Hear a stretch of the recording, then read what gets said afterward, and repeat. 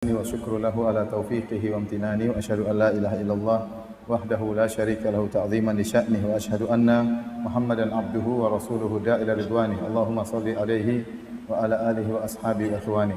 Hadirin dan hadirat yang dirahmati oleh Allah Subhanahu wa taala, pada kesempatan hari ini kita akan membahas tentang Nabi Isa alaihissalam, suatu sosok yang merupakan sosok kontroversial di antara umat manusia yang ada di alam semesta ini, antara umat Islam dengan umat Nasara dan umat Yahudi. Orang-orang Islam menganggap Nabi Isa alaihissalam adalah seorang nabi yang mulia, bukan Tuhan, bukan pula anak Tuhan. Adapun orang-orang Yahudi menganggap Nabi Isa adalah anak zina dan mereka mengaku telah membunuh Nabi Isa dengan menyalib Nabi Isa. Adapun orang-orang Nasara menganggap Isa adalah anak Tuhan atau dia adalah Tuhan sendiri. Ini tentunya yang benar adalah apa yang diyakini oleh orang-orang Islam, ya, sebagaimana dituturkan oleh Allah dalam Al-Qur'anul Karim. Kita akan membacakan kisah Nabi Isa alaihissalam. Yang pertama dari surat Maryam mulai ayat 33 dan seterusnya. Allah berfirman, "Innallaha astafa Adam wa Nuhan wa ala Ibrahim wa ala Imran 'alal alamin." Sungguhnya Allah telah memilih Adam dan Nuh dan keluarga Ibrahim dan keluarga Imran di atas alam semesta. Di sini Allah menyebutkan bagaimana Allah memuliakan keluarga Ibrahim dan juga keluarga Imran. Karena keluarga Imran ini adalah keluarga yang sangat mulia. Imran adalah salah seorang alim ulama, ya, di kalangan Bani Israel, dan dia adalah pemimpin para ulama yang mengurus Baitul Maqdis, mengurus Al-Masjid Al-Aqsa, mengurus Al-Masjid Al-Aqsa. Dan dia memiliki seorang istri, ya, yang disebutkan oleh ahli sejarah tadinya adalah seorang wanita yang mandul. Namun akhirnya dia berdoa kepada Allah Subhanahu wa taala, bernazar ingin punya anak, ya. Kalau dia punya anak, ingin agar anaknya benar-benar berkhidmah kepada Masjidil Aqsa. Allah Subhanahu wa taala berfirman, "Idz qalat imra'atu Imrana rabbi inni nadartu laka ma fi batni muharraran fataqabbal minni innaka antas samiul alim."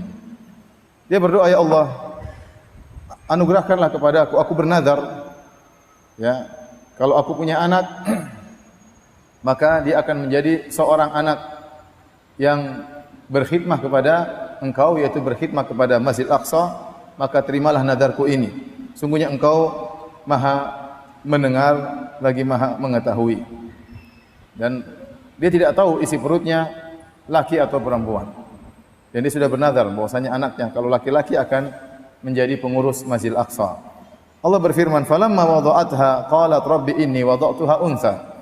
Tatkala dia melahirkan, ternyata anak yang dilahirkan bukan laki-laki, tapi perempuan, yaitu Maryam, ibunya Nabi Isa alaihissalam. Qalat rabbi inni wada'tuha unsa wallahu a'lamu bima wada'at. Dia berkata, "Ya Allah, sungguhnya yang aku lahirkan bukanlah anak laki-laki, tapi anak perempuan." Wallahu a'lamu bima wada'at. Kata Allah, Allah tahu apa yang dia lahirkan. Wa laisa dzakaru kal unsa. Dan laki tentu tidak sama dengan perempuan. Kemudian dia berkata, "Wa inni sammaituha Maryam." Sungguhnya aku menamakan putriku ini dengan Maryam. Maryam menurut bahasa mereka artinya pelayan. Maksudnya melayani Masjid Aqsa, yang dia abidah. Dalam makna yang lain adalah abidah, itu wanita yang rajin beribadah. Wanita yang rajin beribadah karena dia khusus untuk beribadah di Masjid Aqsa. Wa inni u'idzuha bika wa dzurriyyataha minasyaitonir rajim. Dan aku memohon perlindungan kepada Engkau ya Allah, ya, agar melindungi Maryam dan melindungi keturunannya dari gangguan syaitan yang terkutuk. Fataqabbalaha rabbuha biqabulin hasanin wa ambataha nabatan hasanan wa kafalaha Zakaria. Akhirnya Allah Subhanahu wa taala, ya, menerimanya sebagai nazar dengan penerimaan yang baik, dan Allah mendidiknya dengan pendidikan yang baik, dan Allah menjadikan Zakaria sebagai pengurus Maryam. Jadi waktu Maryam lahir, maka ibunya segera membawa Maryam ke para pendeta atau para rahib yang ada di Masjid Aqsa, agar mereka yang merawat Maryam, ya. Karena mereka rebut-rebutan, mereka bangga, ini putri dari pimpinan kami, yaitu Imran. Imran pimpinan mereka. Ya. Kalau ada yang ingin berkorban, memberi korban kepada Tuhan, maka melalui Imran, ya, bapaknya Maryam. Maka mereka berebut-rebutan untuk mengurus Maryam. Akhirnya Zakaria mengatakan, Nabi Zakaria alaihissalam, saya yang lebih utama untuk mengurus Maryam karena saya adalah pamannya. Istri Zakaria adalah saudari dari ibunya Maryam. Istrinya Zakaria adalah saudari dari ibunya Maryam, istrinya Imran. Paham? Oleh karenanya istrinya Zakaria adalah bibinya Maryam. Maka Zakaria berkata, saya lebih utama untuk mengurus ponakan saya karena istriku adalah bibinya. Akan tapi para pendeta tersebut tidak terima. Mereka berebutan untuk merawat Maryam. Akhirnya mereka pun melakukan undian. Ya, dan mereka ada bersengketa untuk rebutan siapa yang harus merawat Maryam. Ternyata undian keluar nama Zakaria. Yang Allah sebutkan dalam Al-Qur'an, "Dzalika min amba'il ghaibi nuhihi ilaik, wa ma kunta ladaihim idh yulquna aqlamahum ayyuhum yaqulu Maryam, wa ma kunta ladaihim idh yahtasimun." Kata Allah, inilah kabar gaib yang aku ceritakan kepada engkau wahai Muhammad. Kau tidak hadir di sisi mereka tatkala mereka sedang mengundi, dan kau tidak hadir tatkala mereka sedang bersengketa. Tapi Nabi Muhammad bisa menceritakan kisah ini padahal beliau tidak hadir karena wahyu dari siapa? Dari Allah Subhanahu wa taala. Akhirnya Maryam dirawat oleh Zakaria, oleh pamannya, ya, oleh pamannya atau suami bibinya. Kemudian ya, mulailah Maryam tumbuh dan berkembang sampai akhirnya dia menjadi seorang wanita yang dewasa. Ya. Jadi seorang wanita yang dewasa. Kemudian tatkala dia menjadi seorang wanita yang dewasa, Maryam kemudian membuat semacam mihrab, yaitu semacam kamar khusus di Masjidil Aqsa untuk dia bisa konsentrasi ibadah di situ. Sementara Zakaria terus merawatnya, ya, membawakan makanan buat Maryam karena memang dia sudah dinadarkan untuk beribadah kepada Allah Subhanahu wa taala, tidak ada kesibukan yang lain. Jadilah Maryam wanita yang terkenal di kalangan Bani Israel, wanita yang soleha yang telah ibunya menadarkan dirinya untuk berkhidmat kepada Masjidil Aqsa. Maka pamannya Zakaria senantiasa membawa makanan kepada Maryam. Namun ada hal yang aneh yang dialami oleh Maryam, dilihat oleh Zakaria alaihissalam. Zakaria juga seorang nabi. Dan kebetulan Zakaria tidak punya anak. Dia tidak punya anak. Dia udah tua, istrinya juga mandul. Makanya dia senang untuk merawat ponakannya. Ya, tidak ada anak, maka dia senang untuk merawat Maryam. Suatu hari kata Allah Subhanahu wa taala, "Kullama dakhala 'alaiha Zakaria al-mihrab, wajada 'indaha rizqa." Setiap kali Zakaria masuk di kamarnya Maryam, dia mendapati ada makanan, ada rizki di situ. Dia heran. Siapa yang ngantarin makanan ini kepada Maryam? Qala ya Maryamu anna laki hadha. Maka Zakaria bertanya, wahai Maryam, dari mana kau dapatkan rezeki ini? Qalat huwa min indillah. Kata Maryam, ini dari Allah Subhanahu wa taala. Innallaha yarzuqu may yasha'u bighairi hisab. Sesungguhnya Allah memberi rezeki ya kepada siapa yang Dia kehendaki tanpa perhitungan. Disebutkan oleh para ahli tafsir, Zakaria heran. Dua hal yang aneh. Pertama, kok tiba-tiba ada makanan ini di kamar Maryam? Tidak ada yang mengantar karena dia yang bertanggung jawab untuk merawat Maryam. Siapa yang mengantar makanan? Yang kedua, makanannya juga aneh. Di musim panas ada buah-buah yang tidak tumbuh di musim dingin. Tatkala di musim dingin tiba-tiba ada buah-buah di kamar Maryam yang tidak tumbuh kecuali di musim panas. Maka aneh bagi Zakaria, maka dia bertanya, "Anna laki hadza?" Dari mana kau dapat makanan seperti ini? Maka kemudian Maryam mengatakan, dari Allah Subhanahu wa taala. Disitulah kemudian Allah berfirman, "Hunalika da'a Zakaria rabbah." Maka tatkala itu Zakaria pun berdoa kepada Allah Subhanahu wa taala, qala rabbi habli min ladunka dzurriyyatan thayyibah. Ya Allah, anugerahkanlah kepadaku keturunan yang baik, innaka antas sami'ud du'a. Sungguhnya Engkau Maha mendengar dan mengabulkan doa. Tadinya Zakaria sudah tidak ada harapan untuk punya anak. Pertama, dia sudah sangat tua dan istrinya mandul. Tapi tatkala dia melihat keajaiban Maryam yang tinggal di mihrab saja, tahu-tahu ada makanan datang dan makanannya pun aneh. Di musim dingin tiba-tiba ada buah-buah yang tidak tumbuh kecuali di musim panas, dan di musim panas tiba-tiba ada buah yang tidak tidak keluar kecuali di musim dingin. Maka dia melihat ada keajaiban pada Maryam. Maka tatkala itu dia memberanikan diri untuk berdoa kepada Allah minta agar punya anak. Yang Allah abadikan di awal surat Maryam. Inni wahanal 'azmu minni washta'ala ar-ra'su shayba wa lam akum bi du'aika rabbi syaqiyya wa inni khiftul mawaliya min wara'i wa kanat imra'ati aqira fahab li min ladunka waliya. Dia mengatakan, ya Allah, sungguhnya aku sudah sangat tua, tulangku sudah sangat lemah, rambutku sudah beruban. Orang kalau sudah tua susah punya anak. Kemudian istriku mandul, tapi saya tidak pernah putus asa dari doamu ya Allah. Maka dia pun berdoa dan ternyata Allah kabulkan hingga dia punya anak namanya Yahya.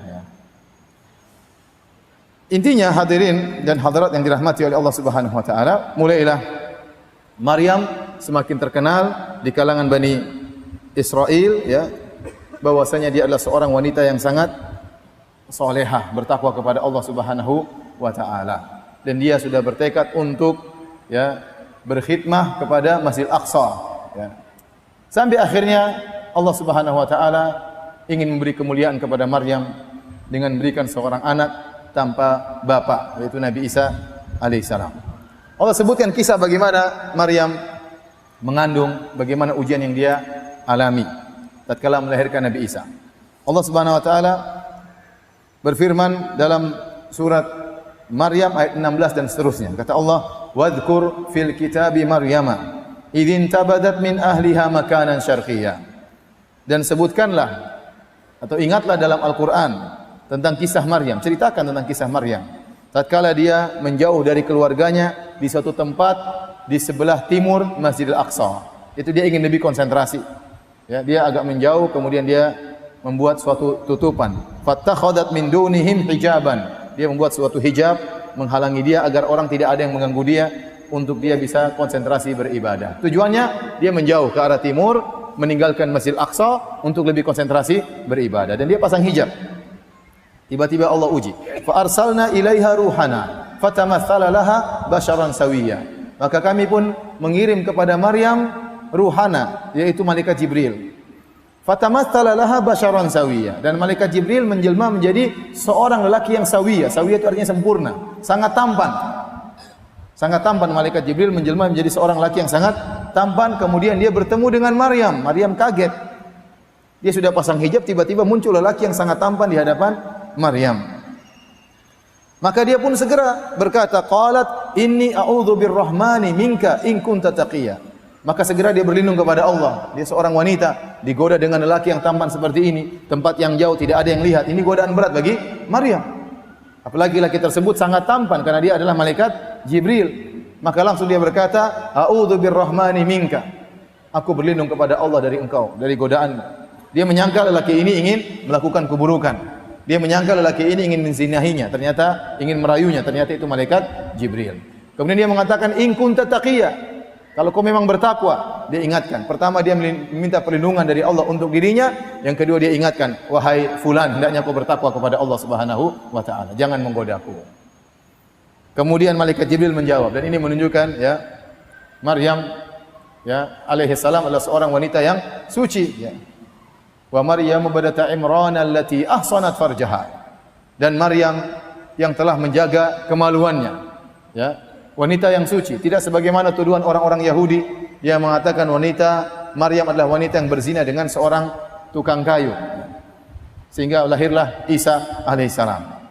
Ya, tatkala dia digoda oleh seorang lelaki yang tampan seperti ini, dia segera berlindung kepada Allah Subhanahu wa taala, bahkan dia ingatkan, bertakwalah engkau kepada Allah Subhanahu wa taala. Akhirnya Jibril pun berkata, qala innama ana rasulu rabbiki li ahabalaki gulaman zakiyya. Sungguhnya aku adalah utusan dari Tuhanmu untuk mengabarkan engkau akan mendapatkan anugerah seorang anak yang suci. Maryam lebih kaget lagi. Qalat anna yakunu li gulamun wa lam yamsasni basharun wa lam aku baghiya. Bagaimana aku bisa punya anak sementara aku tidak pernah disentuh oleh lelaki sama sekali, dan aku bukanlah wanita pezina. Dan benar kata Maryam, seorang wanita tidak mungkin punya anak kecuali dengan dua cara ini. Disentuh oleh lelaki, atau dia wanita pezina sehingga hamil di luar nikah. Bagaimana saya bisa punya anak, kata Maryam? Wahai malaikat, bagaimana saya bisa punya anak? Tidak ada laki yang pernah menyentuhku. Walam yamsasni bashar. Dan ini kalimat yang indah dalam Al-Quran. Aku tidak pernah disentuh oleh seorang laki pun. Walam aku bagiya, dan aku bukan seorang wanita pezina. Apa kata malaikat Jibril? Qala kadzaliki qala rabbuki huwa alayya hayyin. Demikianlah Rabbmu mengatakan itu mudah bagiku. Kalau ingin menghadirkan, menganugerahkan anak tanpa lelaki mudah bagi Allah Subhanahu wa taala. Walinaja'alahu ayatan linnas, agar ini dijadikan sebagai bukti kekuasaan Allah. Allah bisa menciptakan manusia tanpa bapak. Wa rahmatan minna, dan sebagai rahmat dari kami. Wa kana amran maqdiya, dan ini suatu perkara yang sudah ditetapkan. Tidak bisa kau menghindar wahai Maryam, kau pasti punya anak. Maka benarlah, ya. Akhirnya setelah itu Maryam pun mengandung. Allah menceritakan bagaimana Maryam tatkala mengandung. Kata Allah, "Fahamalathu fantabadat bihi makanan qasiyya." Maka dia pun mengandung. Antum bayangkan, Maryam bingung apa yang harus dia lakukan. Dia dikenal sebagai wanita yang soleha, wanita yang suci. Tiba-tiba kalau pulang ke kampung tahu-tahu mengandung, apa kata orang? Kalau dia bilang ini datang tiba-tiba, orang enggak ada yang percaya. Mau datangkan 100 saksi bahwasanya saya hamil tanpa disentuh lelaki, tidak ada yang percaya, tidak ada yang percaya. Zaman dulu tidak percaya, apalagi zaman sekarang, apalagi zaman now. Siapa yang mau percaya dia punya anak tanpa disentuh lelaki? Itu bayangkan bagaimana nafsiyatuha, ya, bagaimana kejiwaan psikologi Maryam tatkala itu. Berat. Akhirnya waktu dia mengandung, dia semakin menjauh. Takut dilihat oleh orang, takut jadi bahan pembicaraan orang. Bagaimana orang tahu kalau dia dalam kondisi hamil? Apa kata orang kampung, apa kata keluarganya, apa kata masyarakat, apa kata pendeta-pendeta. Sementara dia dikenal sebagai wanita yang soleha. Ujian yang sangat besar bagi Maryam. Kata Allah, "Fahamalathu fantabadat bihi makanan qasiyya." Dia pun mengandung Nabi Isa alaihissalam. Maka dia pun pergi ke tempat yang lebih jauh lagi. Qasiyya itu jauh. Kemudian fa'aja'ahal makhadhu ila jidhin nakhlah. Tatkala dia mau melahirkan, maka dia kesakitan. Dia kesakitan. Kata para ahli tafsir, terkumpul bagi dia 3 kesulitan. Pertama, ya, dia kesakitan, sakit ingin melahirkan. Kemudian dia kelaparan, kemudian dia kehausan, tidak ada orang juga. Dia sakit, kemudian lapar, kemudian haus. Terpaksa dia harus mencari sesuatu untuk dia makan, sementara dia sudah sangat kesakitan ingin melahirkan. Kata Allah, fa'aja'ahal makhadhu ila jid'in nakhlah. Akhirnya rasa sakit itu mengantarkan dia untuk pergi ke korma, ke pohon korma. Kemudian dia berkata, qalat ya laitani mitu qabla hadha wa kuntu nasiyan mansiya. Maka dia berangan-angan, seandainya saya meninggal, ya, sebelum terjadinya hal ini ujian berat sekali. Seandainya saya tidak dikasih ujian dengan ujian seperti ini. Dia tidak bisa milih karena Allah mengatakan wa kana amran maqdiya, kau tidak bisa menghindar Maryam, kau pasti punya anak. Dia mengatakan seandainya ada pilihan, saya ingin meninggal sebelum diuji seperti ini. Wa kuntu nasiyan mansiya, dan saya orang yang terlupakan, tidak ada yang sebut-sebut saya. Kenapa? Karena ujian berat yang dia rasakan, kalau ketahuan orang bagaimana? Apa kata masyarakat? Ya. Ini perkara yang sangat memalukan. Kemudian fanadaha min tahtiha, tiba-tiba ada suara menyuruh kepada Maryam, "Allah tahzani, jangan kau sedih wahai Maryam. Qad ja'ala rabbuki tahtaki sariya." Sungguhnya Rabbmu, ya, telah mengalirkan sungai di bawahmu. Dia haus, maka Allah alirkan sungai supaya dia bisa minum.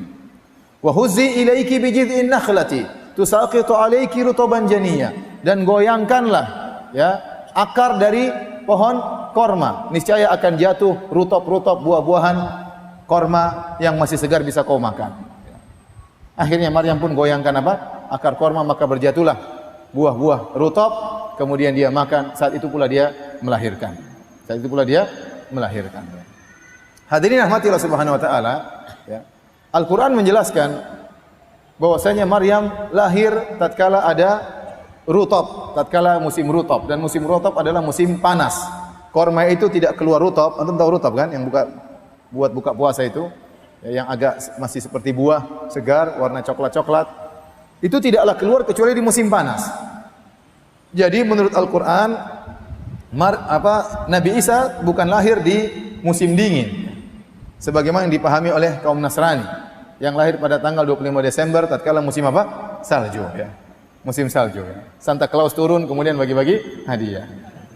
Saya kemarin saya jalan sama teman ikhwan jenggot panjang di Malaysia, kita kita duduk, tahu-tahu ada orang barat, orang kafir, orang Nasrani. Dia lihat teman saya jenggotan, dia ketawa-ketawa.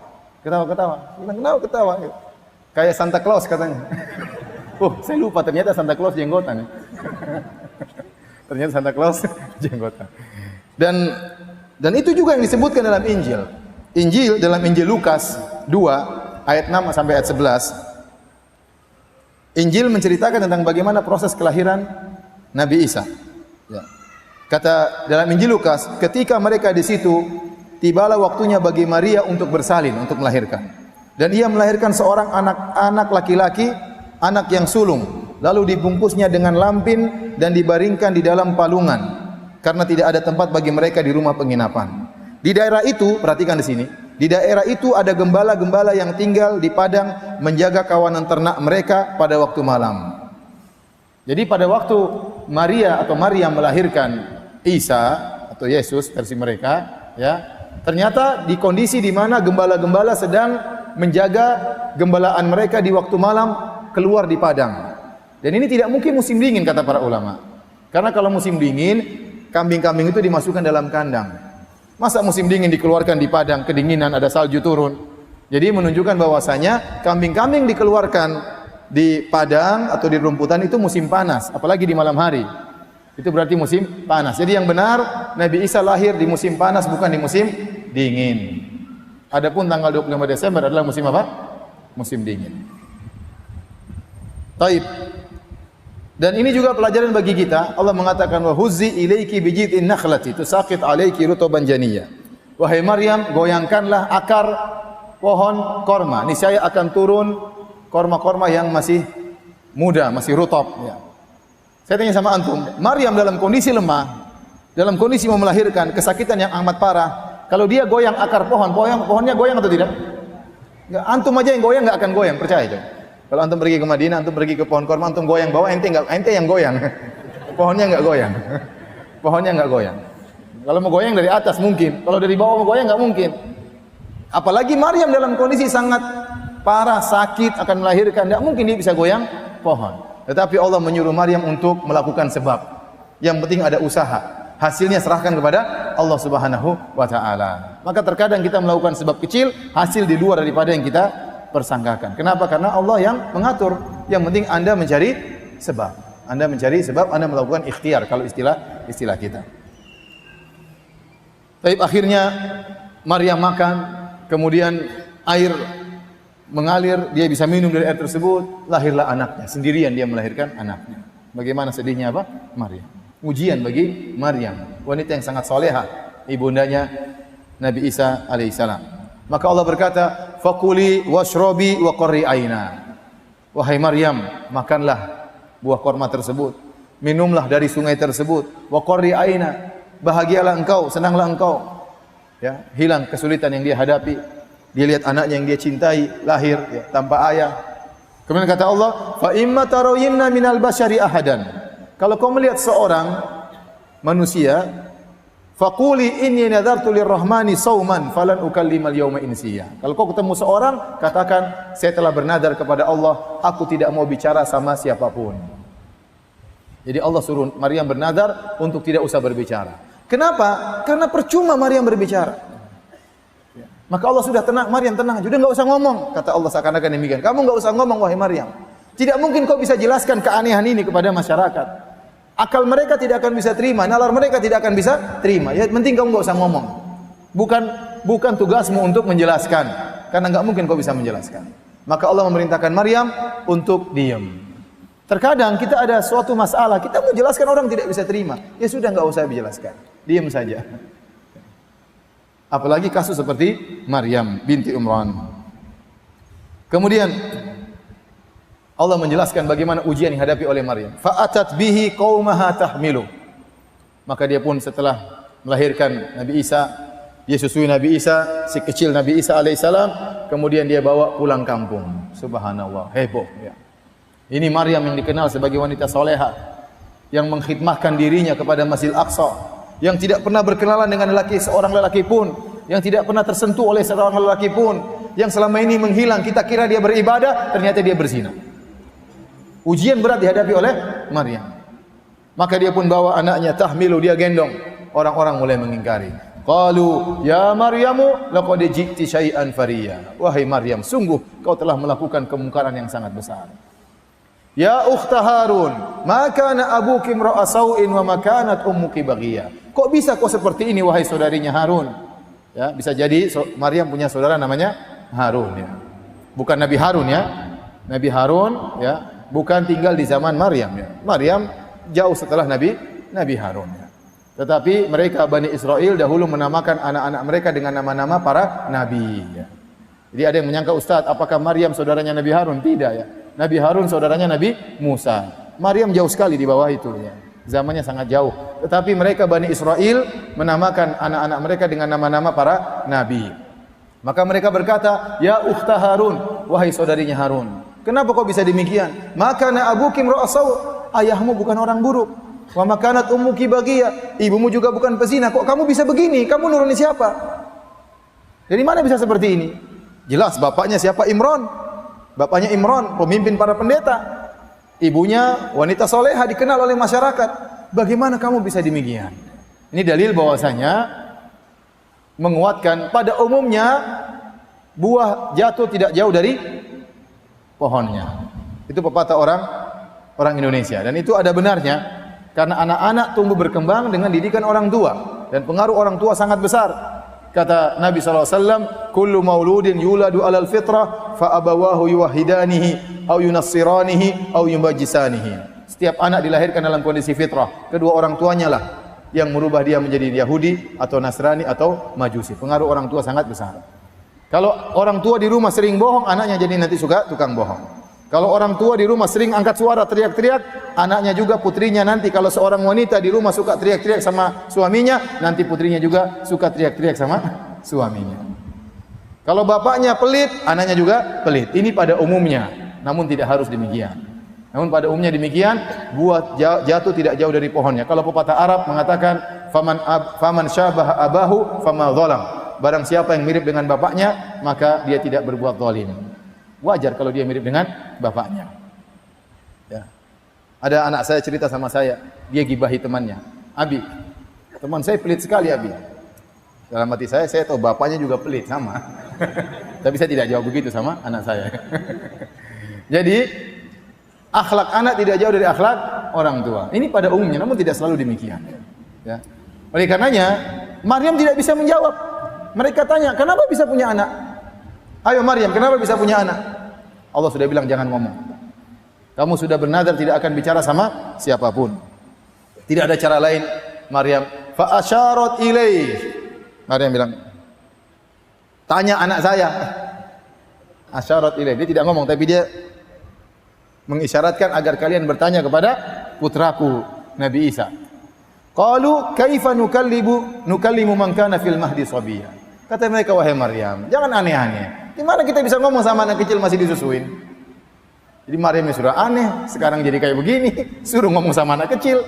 Bayangkan ya, kalau kita mungkin stres kayak begini, Maryam yang Allah uji dia, Allah tahu dia mampu untuk menghadapi ujian. Saking beratnya ujian sampai-sampai tadi kita sebutkan, dia berangan-angan sudah meninggal sebelum datang ujian ini.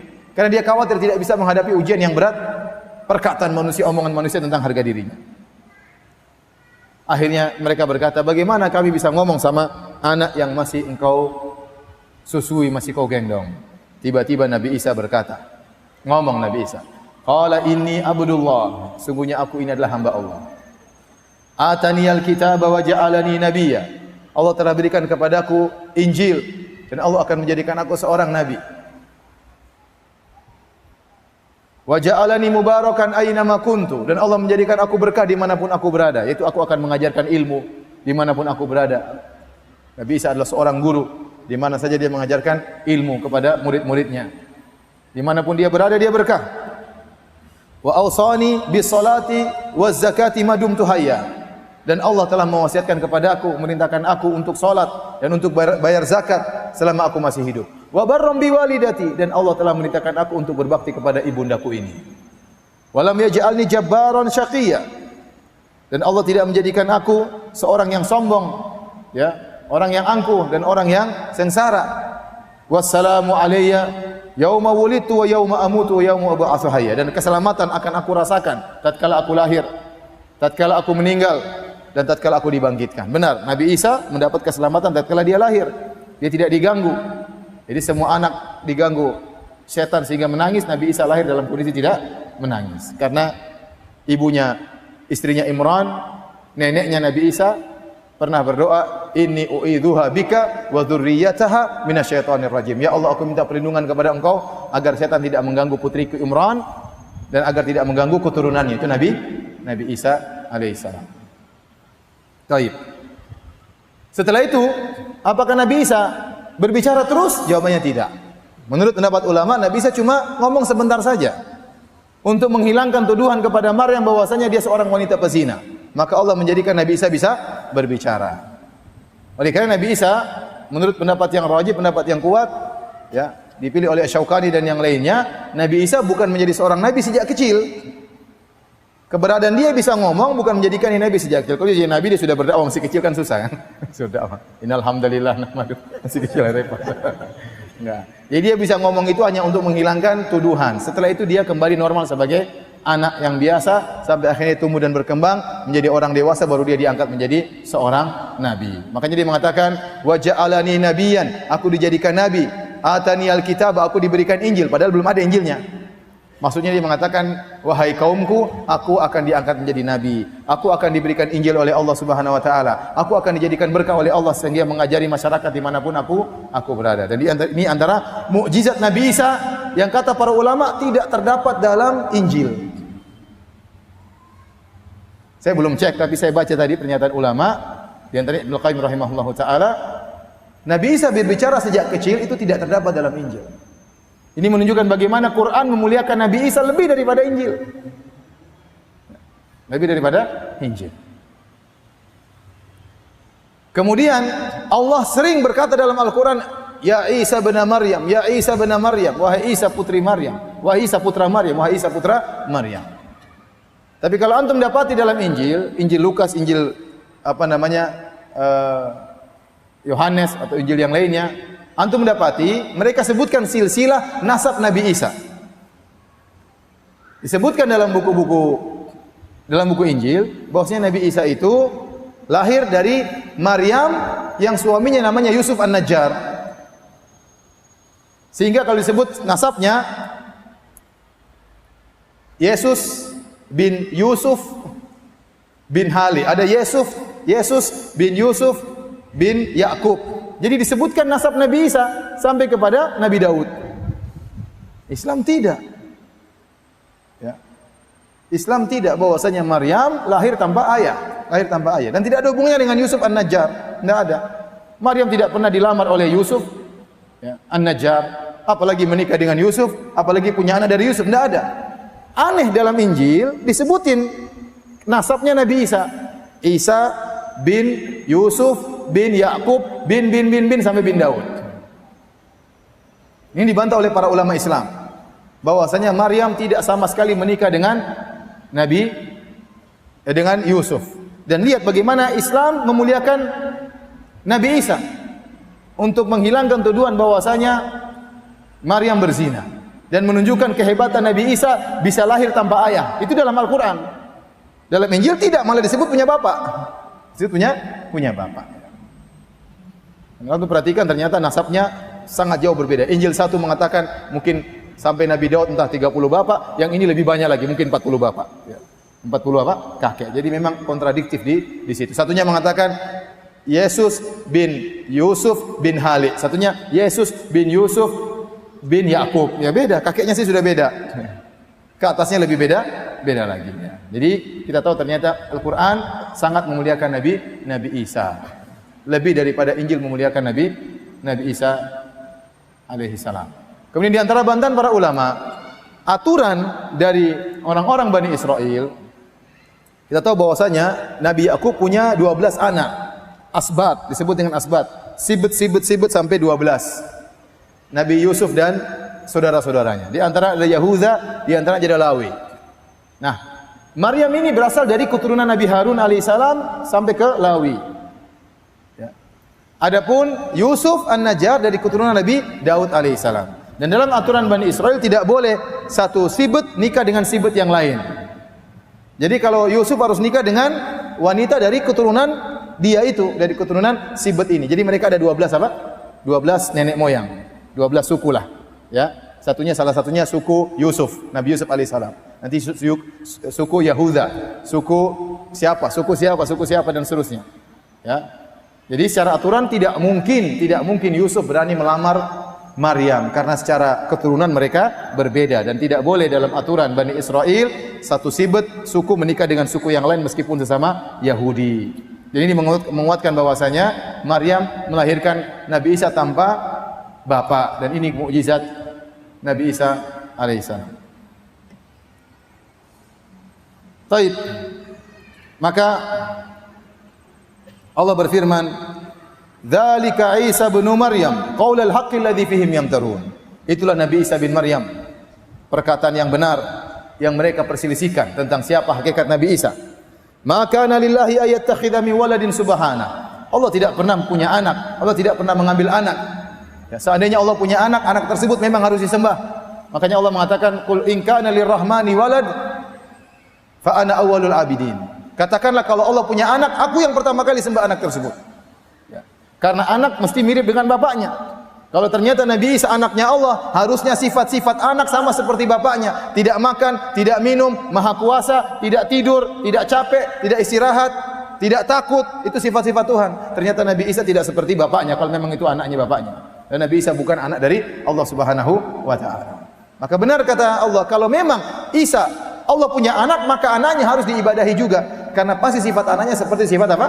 Bapaknya. Namun kita dapati ternyata Nabi Isa sifatnya jauh dari Allah Subhanahu wa taala. Berarti dia bukan anak Allah Subhanahu wa taala. Kata Allah, "Ma kana lillahi ayattakhidha min waladin subhanahu." Allah tidak mungkin punya anak, Maha suci Allah Subhanahu wa taala.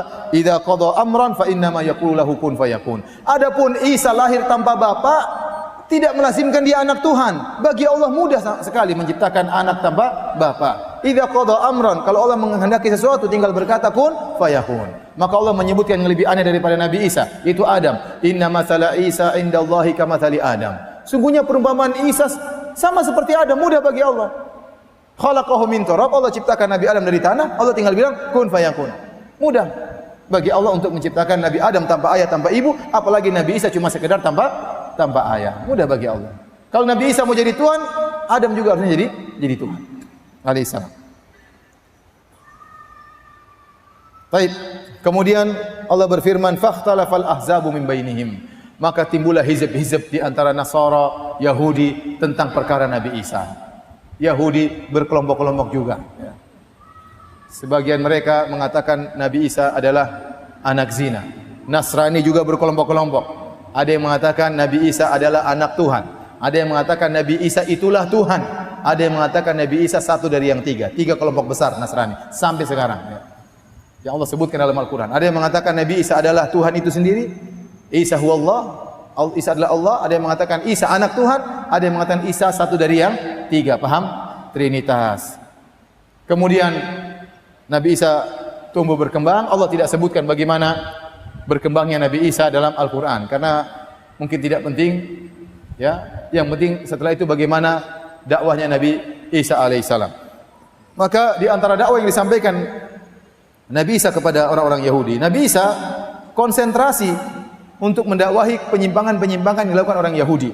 Mereka terjerumus dalam kesyirikan, mereka menganggap Uzair adalah putra Allah, mereka melakukan hal-hal penyimpangan, maka Nabi Isa nasihati mereka.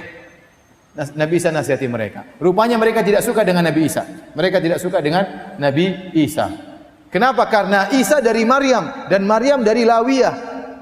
Dari Sibt Lawi, dari suku Lawi. Sementara orang-orang Yahudi menyatakan Nabi harus dari keturunan Daud. Mereka tidak terima Nabi Isa. Dan mereka yakin bahwasanya Nabi terakhir nanti akan muncul, akan menjadi hebat dan membawa kejayaan bagi orang-orang Yahudi. Ternyata Nabi Isa tidak demikian. Waktu dia berdakwah di zaman tersebut yang menguasai adalah Romawi. Di bawah kerajaan Romawi ada Yahudi, tengah-tengah itulah lahir Nabi Isa. Waktu Nabi Isa lahir, Nabi Isa ternyata tidak memprovokasi rakyat untuk memberontak terhadap kerajaan Romawi. Dia tidak berbicara tentang politik sama sekali. Dia bicara tentang tauhid, tentang akhlak, tentang perbaikan akhlak, sehingga orang Yahudi tidak suka. Ini Nabi model apa kayak begini? Kita mau Nabi yang memberontak kemudian menjadi menguasa, Yahudi menguasai dunia. Akhirnya mereka ingin membunuh siapa? Nabi Isa. Apalagi Nabi Isa merubah aturan-aturan agama mereka yang tadinya diharamkan dihalalkan oleh Nabi Isa. wa liuhilla lakum. Ya, untuk aku menghalalkan apa yang dahulunya pernah diharamkan bagi kalian orang Yahudi. Yahudi tidak terima. Pendeta-pendeta mereka kemudian hasad kepada Nabi Isa. Akhirnya mereka memprovokasi kerajaan Romawi untuk menangkap Nabi Isa alaihissalam. Azan ya? Berapa menit lagi? Sudah habis? Ya sudah, kita lanjutkan habis apa? Habis salat Isya insyaallah taala. Assalamualaikum warahmatullahi wabarakatuh. Bismillahirrahmanirrahim. Assalamualaikum warahmatullahi wabarakatuh. Alhamdulillah, salatu wassalamu ala Rasulillah wa ala alihi wa ashabihi wa man tabi'ahum bi ihsan ila yaumil qiyamah, ma ba'd. Hadirin dan hadirat yang dirahmati oleh Allah Subhanahu wa taala, kita lanjutkan tentang kisah Nabi yang mulia, Nabi Isa alaihissalam, ya. Kemudian Nabi Isa alaihissalam tumbuh berkembang, kemudian di masa muda ya, dia diangkat menjadi seorang Rasul dan mulailah beliau berdakwah. Dan Allah Subhanahu wa taala memberikan beberapa mukjizat kepada Nabi Isa alaihissalam, terutama berkaitan dengan masalah kedokteran. Sebagaimana dijelaskan oleh Al-Imam Ibnu Katsir dalam kitabnya Al-Bidayah wan Nihayah, banyak para nabi yang Allah berikan mukjizat kepada mereka sesuai dengan perkara yang lagi booming atau digandrungi masyarakat di zaman mereka. Contoh Nabi Musa alaihissalam, di zaman beliau banyak orang-orang yang sombong dengan sihir-sihir mereka. Banyak orang belajar sihir. Maka Nabi Musa diberikan mukjizat mirip dengan sihir tapi bukan sihir. Yaitu tongkatnya bisa berubah jadi ular. Bukan tipuan mata, bukan halusinasi, tetapi benar-benar tongkat unsur kayu berubah menjadi daging ular. Sehingga akhirnya para penyihir yang tadinya ingin menentang Nabi Musa akhirnya beriman dan sujud tunduk kepada Allah Subhanahu wa taala. Demikian juga tongkatnya ya bisa membelah lautan dan itu juga bukan sihir. Jadi mukjizat Nabi Musa mirip dengan hal-hal yang digandrungi oleh masyarakat di zaman tersebut. Demikian juga kata Ibnu Katsir seperti Nabi Muhammad sallallahu alaihi wasallam. Di zaman Nabi Muhammad sallallahu alaihi wasallam, masyarakat Arab jahiliyah mereka lagi booming tentang masalah bahasa, tentang balaghah, tentang syair-syair. Mereka sering mengadakan lomba syair di antara mereka. Ya, syair-syair hebat diberi hadiah oleh orang-orang hebat, oleh orang penguasa ya. Maka Nabi SAW diberikan kepada Nabi mukjizat yang berkaitan dengan ketinggian balaghah, ketinggian bahasa yaitu Al-Qur'anul Karim.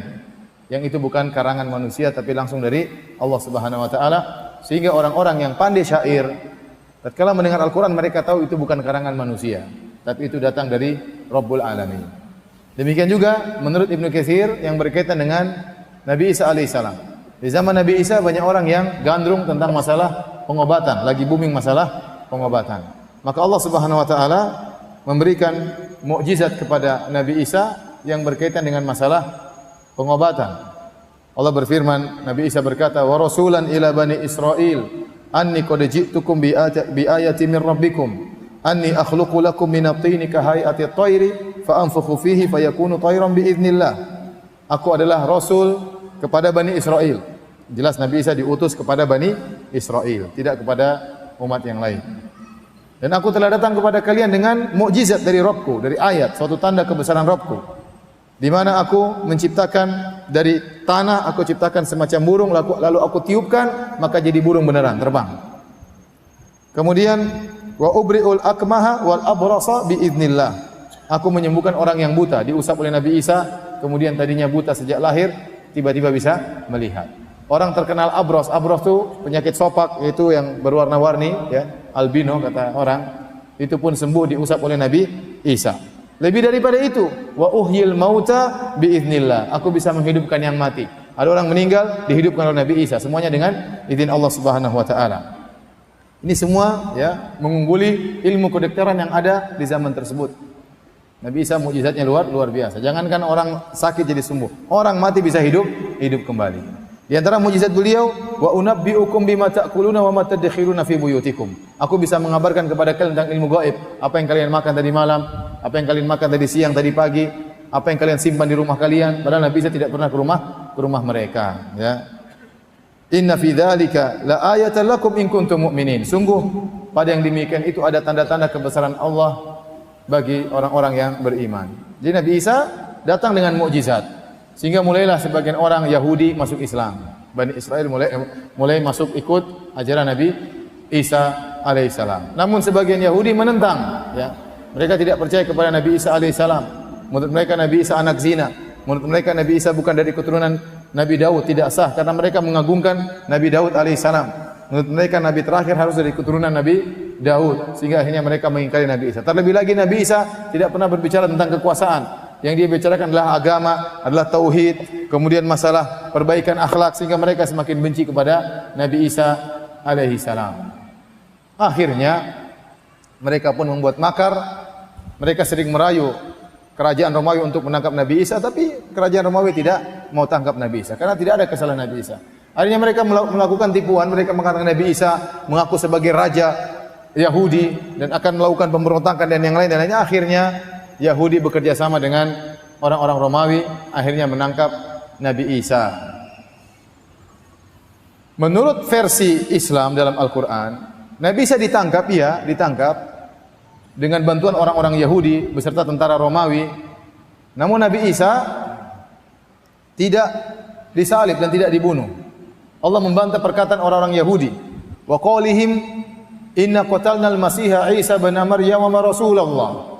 Dan perkataan mereka yang mengatakan inna qatalnal masiha Isa bin Maryam wa Rasulullah. Sungguh kami orang Yahudi telah berhasil membunuh Isa putranya Maryam yang seorang rasul utusan Allah. Ya, subhanallah. Orang Yahudi ini bejatnya luar biasa. Di antara hobi mereka adalah membunuh nabi. Ada nabi yang tidak sesuai dengan selera mereka, mereka bunuh. Coba kalau antum diutus ke suatu kaum pengajian yang hobinya bunuh ustaz, mengerikan. Ustaznya enggak selera dibunuh, mengerikan. Yahudi di antara kebrengsekan mereka, bejatnya mereka hobinya bunuh nabi. Allah ulang-ulang dalam Al-Quran. Wa qatlihimul anbiya. Ya. Mereka suka membunuh para nabi. Di antaranya mereka mengaku membunuh Nabi Isa dan mereka ingin bunuh memang. Mereka ingin bunuh Nabi Isa. Maka mereka bangga mereka. Inna qatalnal masiha Isa bin Maryam Rasulullah. Kami telah berhasil membunuh Isa bin Maryam, utusan Allah. Bayangkan, sudah tahu itu utusan Allah, mereka bunuh. Allah bantah, wa ma qataluhu wa ma salabuhu walakin syubbiha lahum. Mereka tidak pernah membunuh Nabi Isa, mereka tidak pernah menyalib Nabi Isa, tapi ada orang yang diserupakan kepada Nabi Isa. Itu yang mereka tangkap, itu yang mereka salib, itu yang mereka bunuh. Kata Allah, wa ma qataluhu yaqina. Mereka sebenarnya tidak yakin kalau telah membunuh Nabi Isa. Bar rafa'ahu Allahu ilaihi, tapi Allah telah angkat Nabi Isa. Allah selamatkan Nabi Isa. Ini versi Islam. Nabi Isa selamat, tidak dibunuh oleh mereka, ya, diselamatkan oleh Allah Subhanahu wa taala, diangkat ke langit dan akan turun nanti menjelang hari kiamat. Akan turun menjelang hari kiamat untuk menyelesaikan segala kontroversial tentang dirinya. Dia akan jelaskan saya seorang nabi. Dia akan turun menjalankan syariat Nabi Muhammad SAW. Hidup kalau tidak salah 7 tahun, kemudian meninggal dunia, kemudian dikuburkan sebagaimana nabi-nabi yang lain. Sehingga jelas bahwasanya yang benar Nabi Isa bukanlah Tuhan dan bukan juga anak zina, ya, sebagian pernyataan Yahudi, tapi dia seorang nabi yang mulia yang dimuliakan oleh orang-orang Islam. Ya.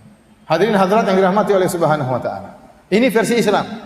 Adapun versi Nasara atau versi Injil maka berbeda-beda, ya.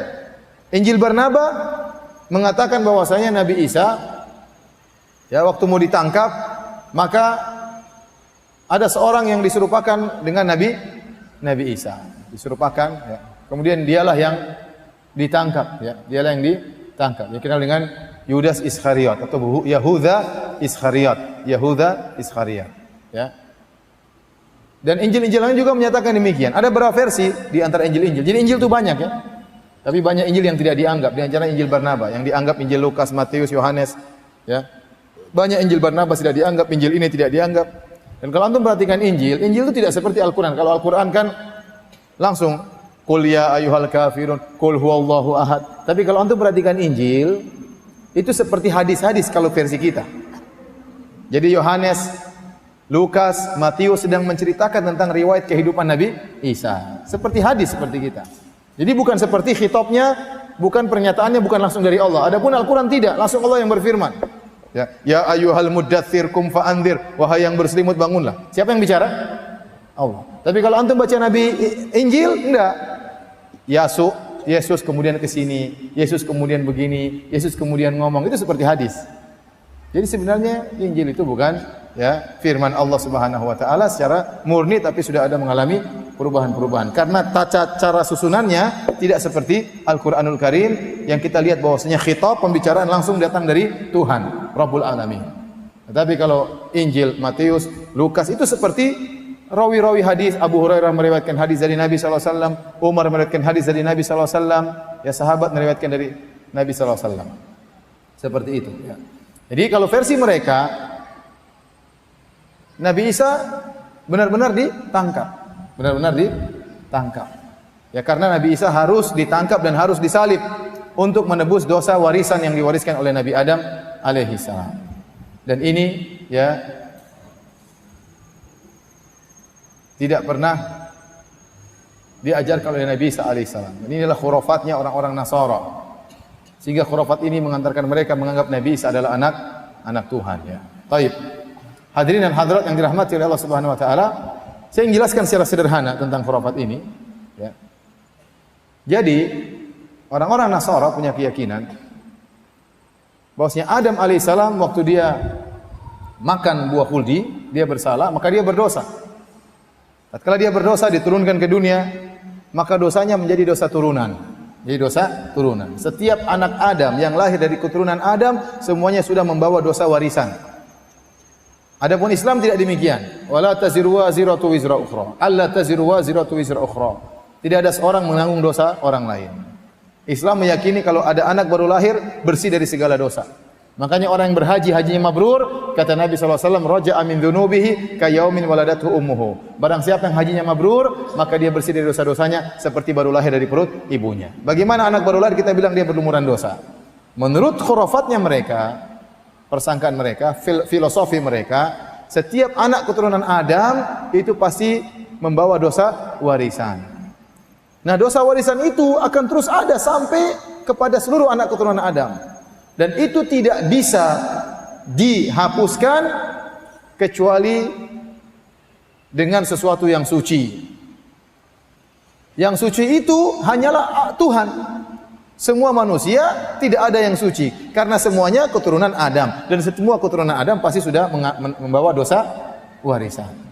Oleh karenanya untuk bisa menebus dosa tersebut, ini filsafat mereka, ya, maka harus sesuatu yang suci yang bisa menebus. Siapa yang suci? Ternyata hanya Tuhan yang suci.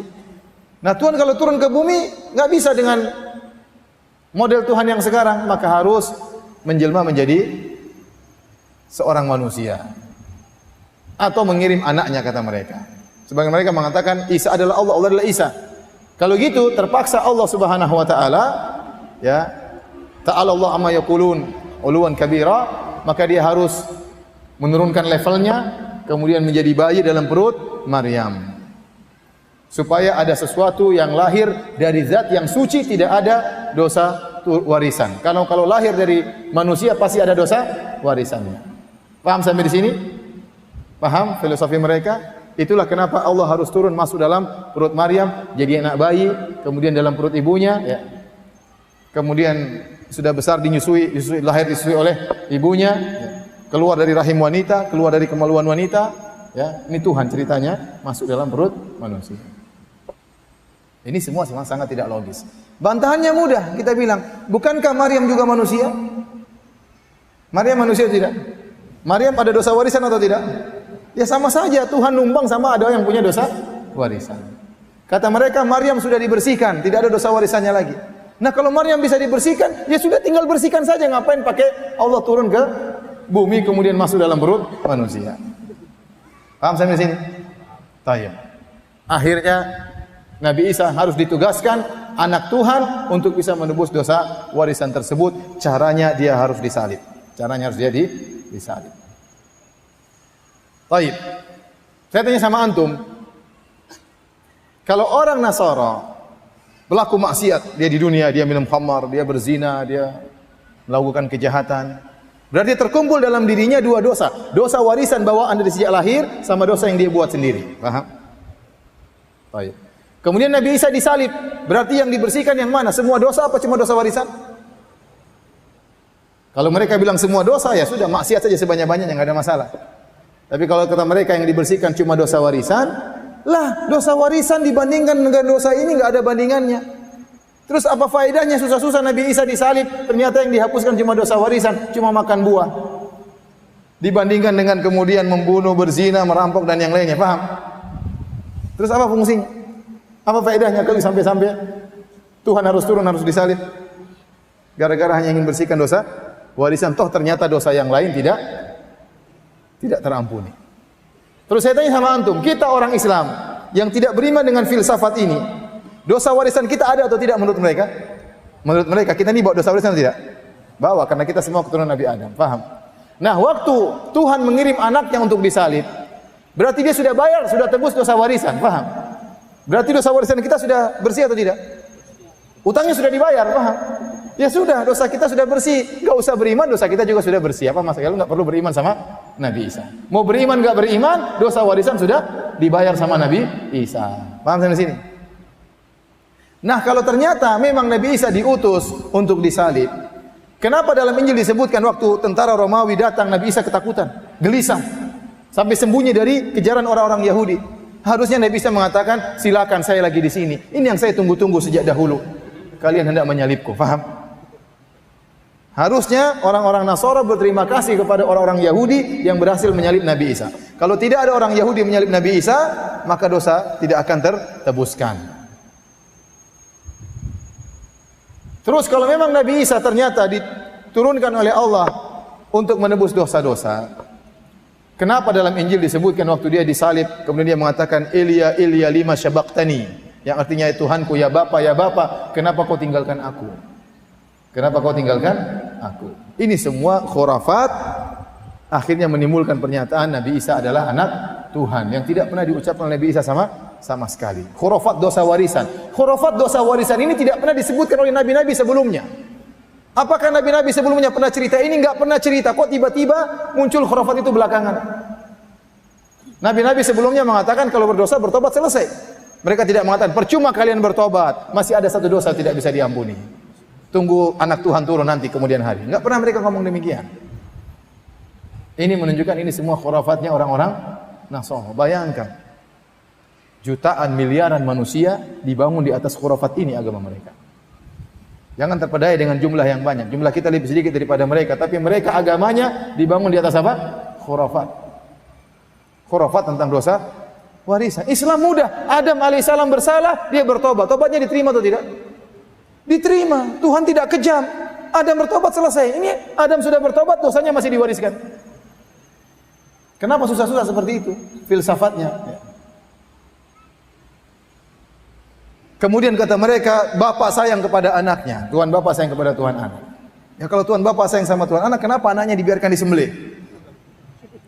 Sedangkan Allah Subhanahu wa taala waktu menyuruh Ibrahim menyembelih Ismail, apakah Ibrahim menyembelih Ismail jadi atau tidak? Tidak jadi. Kenapa? Allah kirim apa?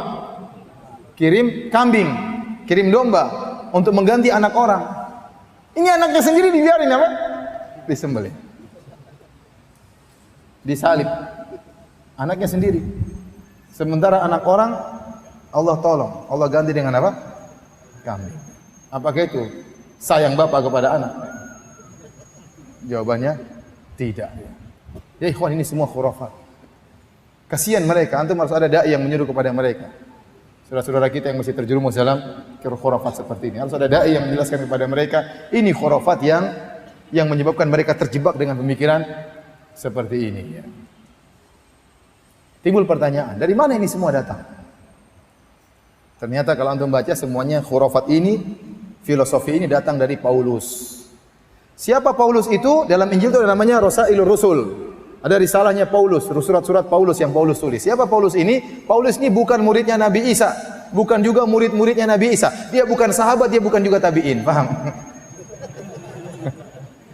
Dia ini seorang Yahudi yang memusuhi Bani Israel. Dia paling benci kepada Masihiyin, paling benci kepada pengikut Nabi Isa. Bahkan dia sebutkan dalam risalahnya, dia selalu menyiksa orang-orang pengikut Nabi Isa. Sampai suatu hari dia berjalan dengan tujuan untuk menyiksa Bani Israel, pengikut Nabi Isa. Tiba-tiba Tuhan Yesus datang mengangkat dia sebagai seorang Rasul. Jadi akhirnya dia angkat, supaya dia menjadi naik jadi Rasul, Yesusnya harus jadi Tuhan, paham? Begitu logika dia. Sehingga dia dianggap sebagai seorang Rasul. Sementara Hawariyin, para penolong Nabi Isa tidak ada menganggap dirinya sebagai rasul, tidak ada. Mereka murid-murid Nabi Isa, mereka sahabat Nabi Isa, tidak mengaku sebagai seorang apa? Rasul. Nah, ini logikanya Paulus ini, Nabi Isa diangkat jadi Tuhan sehingga dia menjadi nabi. Nabinya Tuhan. Dan aneh, baru ada sejarah Nabi seperti ini. Antum baca seluruh sejarah Nabi, dari Nabi Adam sampai Nabi Muhammad SAW. Apakah ada Nabi asal muasalnya penjahat kemudian tiba-tiba jadi Nabi? Tidak ada. Paulus ini sedang penjahat ya. Dia ingin suka membunuh orang pengikut Nabi Isa. Dia sebutkan sini dalam Injil dia sebutin. Dan dia sedang berjalan ingin menyiksa Bani Israel, tiba-tiba diangkat menjadi Tuhan. Tidak ada sejarah seperti ini. Ya. Allah menyebut tentang Nabi Yusuf, Allah angkat jadi Nabi. Kenapa?